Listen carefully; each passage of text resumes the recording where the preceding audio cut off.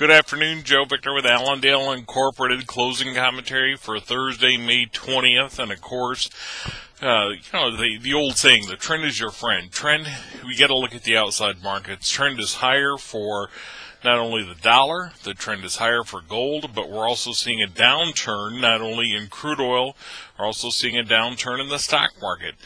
And that is the epitome of grains. When you have the dollar higher, when you have gold higher, that's the safe haven for investors.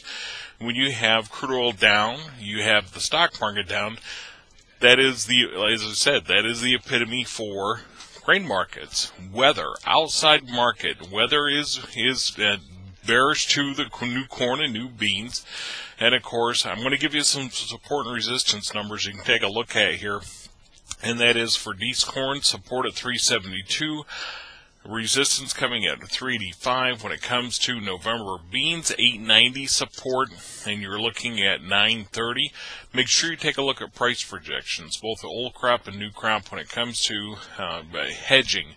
When you're hedging old crop or whether you're hedging new crop, make sure you're taking a look at those price projections. For cattle, 90.50 is support and 94.10 resistance, and of course coming in at live hog, 79.25 is major support at this point in time, 83.75 major resistance.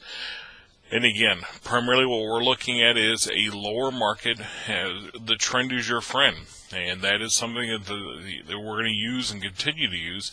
And we look at, the outside, not only the outside markets, but look at that weather. The weather picture is very positive for germination, for growth. We're starting to see warmer temperatures. That's all the trade wanted to talk about today is warmer temperatures coming on for corn and soybeans.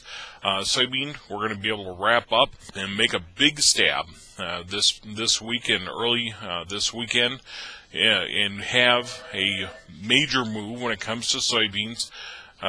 Planting pace is going to be very good when it comes out next Monday.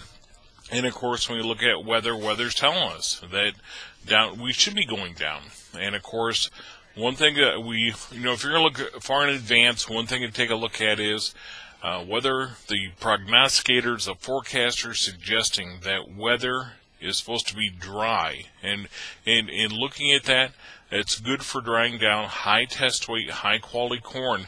It is not good for soybeans if, in fact, that this weather comes in at a point in time when we start to pod fill the soybeans. So that's something to keep in the back of your mind.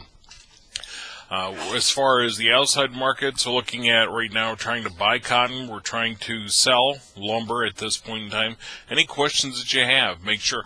We did roll. I should mention that. We did roll the July wheat to December, and that is for 2010.